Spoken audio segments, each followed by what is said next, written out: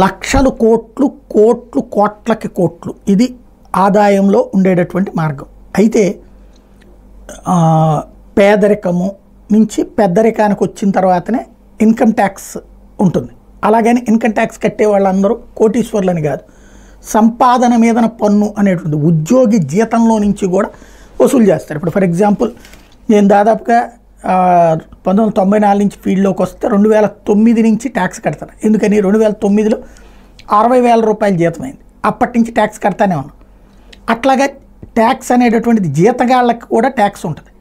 కాకపోతే ఇప్పుడు జిఎస్టీ పరంగా చూసుకుంటే ఇది మోడీ సర్కార్ వచ్చిన తర్వాత పెట్టుకొచ్చినట్టు ఈ జిఎస్టీలో స్పెషల్ ఏంటంటే దీంట్లో స్లాబులు ఉంటాయి. ఏది 5%, 12%, 18%, 28% అన్నట్టు. ఇందులో 18% వాళ్ళే ఎక్కువ ఉన్నారు. జిఎస్టీ పద్ధతిలో 4 రకాల పన్నులు విధిస్తుంటే 3 ఆదాయం 18% స్లాబ్ ద్వారానే వస్తుంది. ఇది తాజాగా కేంద్ర ఆర్థిక శాఖ సహాయ మంత్రి పంకజ్ చౌదరి చెప్తున్నటువంటి లెక్క. ప్రస్తుతం జిఎస్టీ విధానంలో ఉన్నటువంటి ఈ స్లాబుల్లో ఏంటి ఇది అంటే 50 లక్షలకి పైబడినటువంటి వాళ్ళు ఈ సిస్టంలోకి వస్తారు. 18% అన్నటువంటి ఆ సిస్టంలో రన్ అవుతుంది ఇప్పుడు.